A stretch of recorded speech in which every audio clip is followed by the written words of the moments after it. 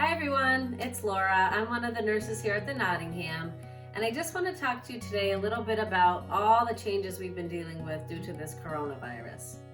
It is my hope that I will provide you with some reassurance and empower you with the knowledge that you need to stay safe and healthy. So this virus is spread in two different ways. First, it's spread by droplets, and droplets get expelled into the air through our respiratory tract. So when we talk or sing or cough or sneeze or laugh, that's a way for those droplets to get out of a person who may be infected with this virus and make other people sick. These droplets can travel anywhere from 3 to 6 feet into the air. So that's one of the reasons why we talk about this social distancing and maintaining 6 feet away from people, okay? That's one way the virus is spread. It could also be spread through contact, all right? So if a person who's infected with the coronavirus sneezes into their hands maybe, or coughs into their hands, and then touches a doorknob, they have just transferred that virus onto the doorknob. So now maybe you come along and touch that same doorknob, and maybe you rub your nose, or maybe you put your finger in your mouth without even thinking about it. You have just introduced that virus or that germ into your system. That's why it's so important to keep, you'll hear also, keep your hands away from your face. Keep your hands, away from your eyes, away from your nose, away from your mouth. Hand washing is the best way to prevent the spread of infection. We can't see these microorganisms on any surfaces because they're microscopic, so we don't even know they're there. And we come into contact with things like that all the time. But if you are washing your hands and being very mindful of that, washing them frequently, you're protecting yourself. So this is a face mask that you've probably seen all of the staff here at the Nottingham wearing over the past few weeks. And this is in an effort to try to keep everyone here safe and healthy, okay? So the face mask covers your nose and your mouth. So the person wearing this is keeping those droplets from being expelled into the air and floating around and potentially making others sick, okay? So you too can wear a face mask. We are going to be making these available to our residents, and yours might look like something like this, a little bit more decorative, okay? It's an added level of protection for you, and it might give you an extra sense of security as well. I want to talk about the correct way to put this on and the correct way to remove it, okay? Because again, to put a face mask on, you are coming in contact with what I just talked about, your face and, mouth, nose, eyes. You have to be very careful about putting these face masks on and removing them. So the first thing you want to do before you put a face mask on is you want to make sure you're washing your hands, okay?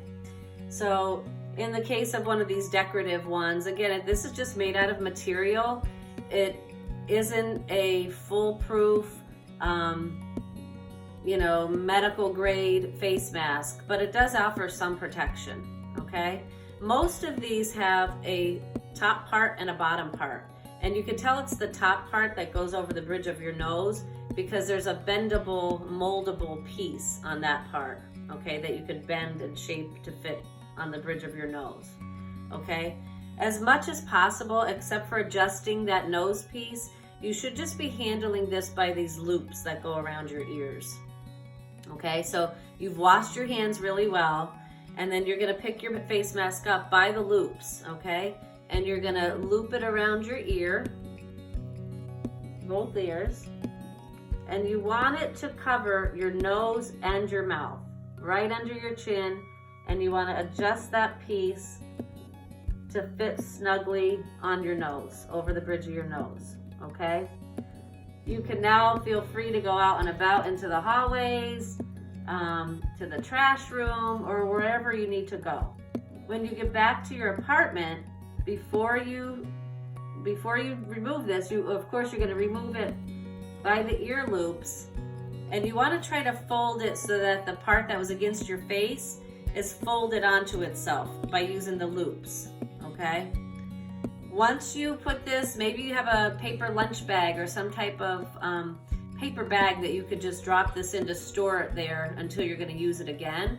Or maybe you're going to wash it every day, which is perfectly fine to do. And actually, if you're doing laundry every day, you can throw this in some nice hot water and into the dryer as well. Once you remove the face mask, you then want to make sure you're washing your hands really well, because you potentially, touched the outer part of that mask, which was exposed to everybody around you. So really good hand washing before you put the face mask on and after you remove it. I really want to encourage you to get outside and get some fresh air. Maybe have a friend or two or even three join you on a walking group.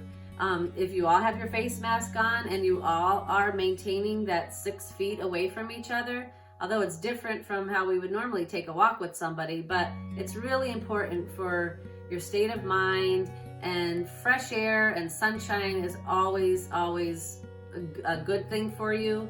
I know the weather the next couple days might not be great, but anytime you can get out, it's really a good idea to do that. Wear your face mask when you're outside. Again, before when you come back to your apartment, before you do anything, make sure you're washing your hands. Think about surfaces and things that you might have touched, and just be very mindful of that. I hope you all stay safe and healthy. We're doing everything we can here at the Nottingham. I want to assure you that your safety and your health is our top priority, and we're really doing everything we could do to maintain that. Have a good day, everybody.